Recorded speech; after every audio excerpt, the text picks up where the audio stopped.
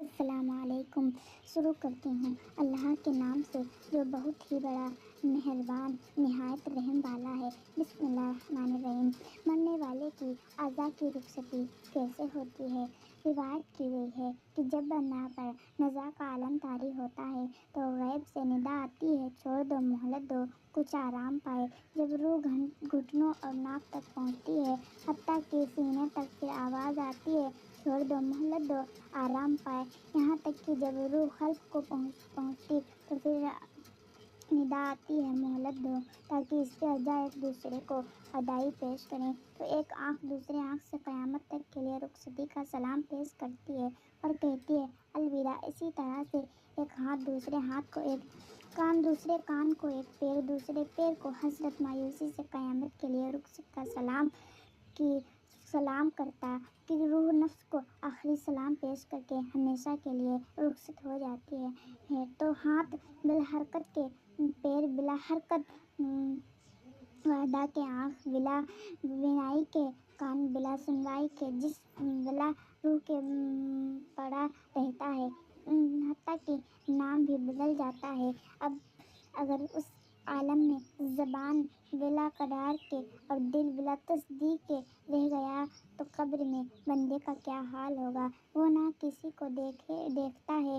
نہ باپ نہ ماں نہ بھائی نہ دوست، نہ بستر ہے نہ بچھونا نہ تکیہ، یہ سب کہتے چلے آتے ہیں آخری دید ہے آؤ مل لیں، آخری دید ہے آؤ مل لیں، رنج بے قرار ہے کیا ہونا ہے۔ اور وہ مردہ اپنی زبان حال سے یہ کہتا ہے دل ہمیں تم سے لگانا ہی نہ تھا، دل ہمیں تم سے لگانا ہی نہ تھا، اب سفروار ہے کیا ہونا ہے۔ اب بتاؤ قبر میں اس تنہائی کے عالم میں رب کریم کے جلوے اور اس کے حبیب کا جمال پر نور بھی اس کی غمخواری کے لیے نہ ہو تو اس سے بڑا خسارہ کیا ہوگا۔ وہ تو ساری حسرتیں، ساری آرزوئیں، تمنائیں اپنے ساتھ لے گیا، زبان یاری نہ کی اور یہی سوچتا رہ گیا، باتیں کچھ اور بھی تم سے کرتے، پھر کہاں وار ہے کیا ہونا ہے۔ جب اجلیں آ جاتی ہے تو ایک سیکنڈ کو بھی مہلت نہیں دیتی ہے۔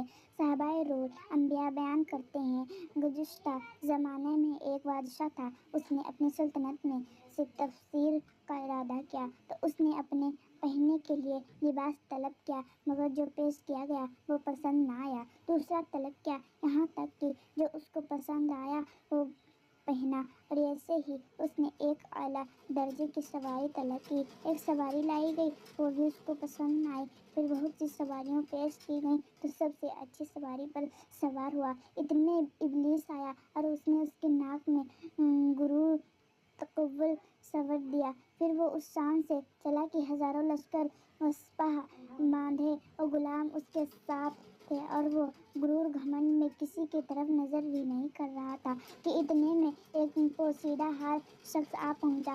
آنے والے شخص نے بادشاہ کو سلام کیا، اس نے گھمنڈ میں جواب بھی نہ دیا۔ آنے والے شخص نے کی سواری کی لگام پکڑی، بادشاہ بولا لگام چھوڑو، مجھے ایک ضروری کام ہے۔ پوشیدہ حال شخص نے کہا جب آپ سے ایک ضرورت ہے۔ بادشاہ نے کہا صبر کرو، مجھے اترنے دو۔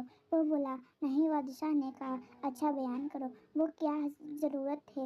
آنے والے شخص نے کہا میں ملک الموت ہوں، بس اتنا سنا کہ بادشاہ حواس باختہ ہو گیا، پھر چہرے کا رنگ بدل گیا، زبان گونگی پڑ گئی اور گھبرائے ہوئے بادشاہ بولا ذرا مہلت دے دو، میں اپنے اہل و عیال کے پاس جاؤں، کچھ ضرورت ہے میں اس کو پورا کروں اور ان کو آخری سلام پیش کروں۔ حضرت ملک الموت نے فرمایا نہیں، قسم خدا کی اب تم نے اپنے اہل و عیال کو دیکھ سکتے ہو اور نہ مال دولت کو، بلکہ ہمیشہ کے لیے اس کو بھول جاؤ۔ پس انہوں نے اس کی روح قبض کی اور وہ سوکھی لکڑیوں کی طرح دھڑام سے گر پڑا۔ 7 جگہیں تھا یہاں لشکر و فوج و سپاہ، بے کسانہ قبر کے اندر اکیلا چل بسے۔